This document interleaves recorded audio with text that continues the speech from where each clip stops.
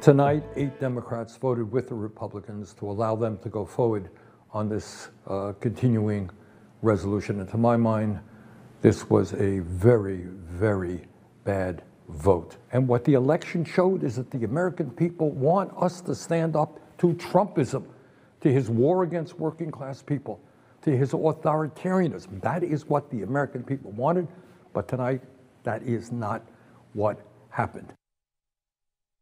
Welcome back. That was Vermont Senator Bernie Sanders sharing his thoughts on the major political story of today. Democrats appear prepared to bring the government shutdown to a close. The Senate has now taken its first step toward ending the standoff. Meanwhile, over on MSNBC, this development did not land well.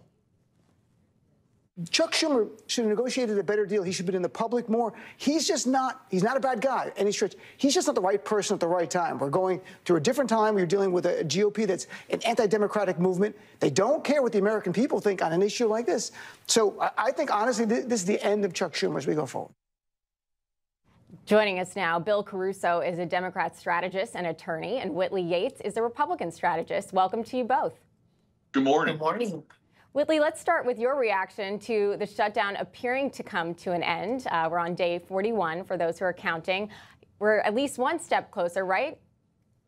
We are one step closer, and I do think that it was time for the Democrats to come to the table.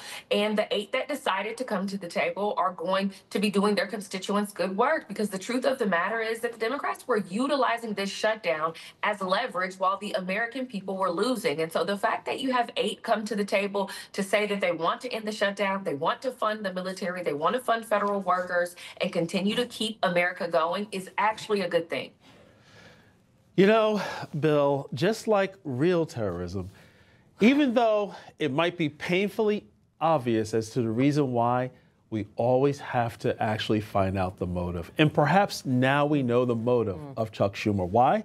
Because he's quoted as saying this: healthcare costs made a major impact on the 2025 election, and they will certainly have an even greater impact on the 2026 elections, otherwise known as the midterms.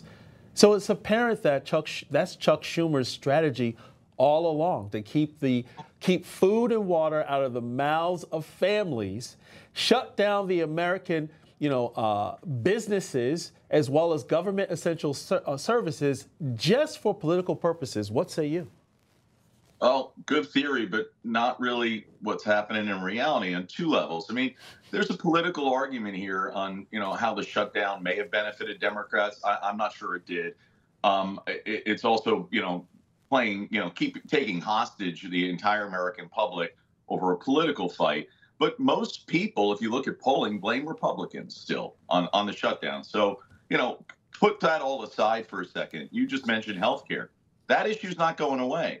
And I've said all along, I was opposed to this shutdown, mostly because on a responsible level, there are people that need food. There's, troops that need to get paid. We did a little bit of that in some interim, maneuvering. And frankly, now we're shutting down airspace. I mean, the entire American economy is going to grind to a halt. But this healthcare issue, this is a big bugaboo, and there's bipartisan support for a solution. We don't have to call it Obamacare. You can call it Trump care. Call it whatever you want, but Americans are still going to lose health care here. And that deal, that bipartisan deal that could have been made, still isn't done yet. That's not going to get done with this reopening. So we'll see, but, hope springs eternal. But the GOP still owns all of this. And Democrats coming across, 8 of them, whatever it is, and my party's losing its mind this morning about this. This is going to end the shutdown, but it doesn't end the dysfunction in Washington. And watch out, midterms are coming.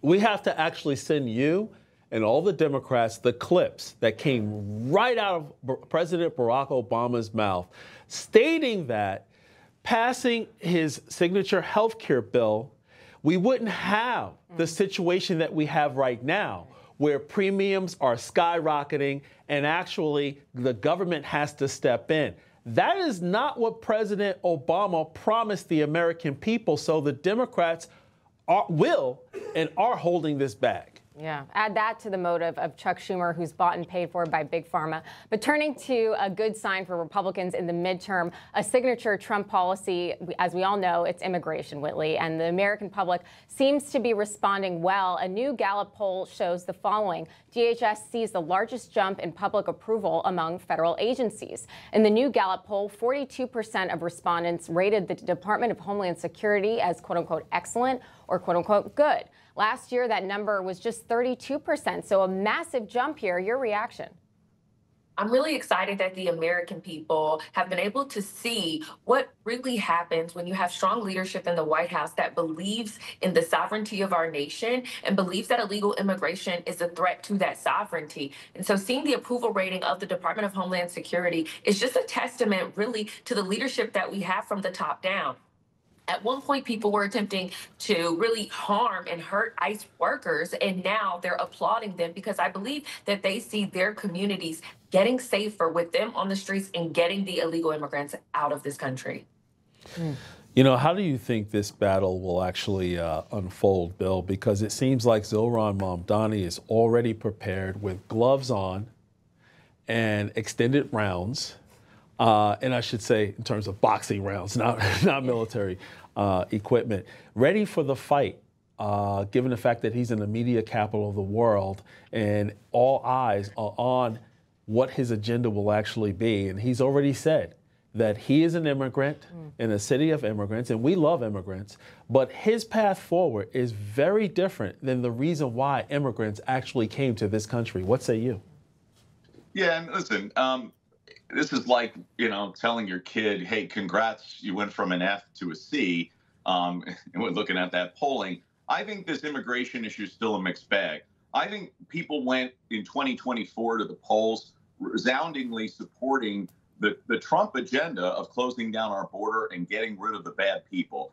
I think that's morphed a little, and we'll see where things are going now with, you know, some of this, you know, agents on our streets kind of thing and picking up people that were frankly just childcare workers and other folks. I don't know where that's going to land by next year, but Mamdani's going to be somewhat irrelevant to this. I mean, he's in the largest media market of the world. You know, I don't believe that he won at the levels that other Democrats won in this past election. I'll be watching to see what kind of things he's going to do because he's got to govern. I think there's tremendous support for from the American public for closing our border and getting rid of bad people. I think the president's even changing his tune, though, when it comes to what we saw with South Korean workers being deported. That had an impact on our economy. And also this idea that, hey, if you leave, you can come back if you do it right. That's the American way. I'd like to see where there's going to be bipartisan support for the other side of immigration reform, of allowing folks that should be here to come into our country and stay here. We haven't really gotten to that part yet. Well, we have some breaking news this morning, even with a light at the end of a tunnel here to end the government shutdown, Whitley. A federal appeals court says full SNAP benefits must be paid for November, and the Trump administration is expected to appeal. Your thoughts on this latest breaking news with respect to SNAP? I mean, I think that anytime you have people relying on the government for their everyday nutritional needs, it is pretty dire. And while there has been fraud found within the system, that is not the majority of people on SNAP. And so having to pay back the November SNAP, I do believe, gives the Americans who are relying on this type of a program the reprieve that they need to continue to feed themselves and their families. I agree. This should not even come down to the courts. In any Republican or Democrat or anyone who stands in the way of getting this basic food on the table of everyday Americans, whether you're blue, red, who cares about politics at this point? People should not go hungry in this country. That goes against our values. And if they heavily depend on these SNAP benefits, get them what they need and let the battle of politics and everything else be on a separate track. What say you, Bill? I'm with you both. And listen, here's the challenge.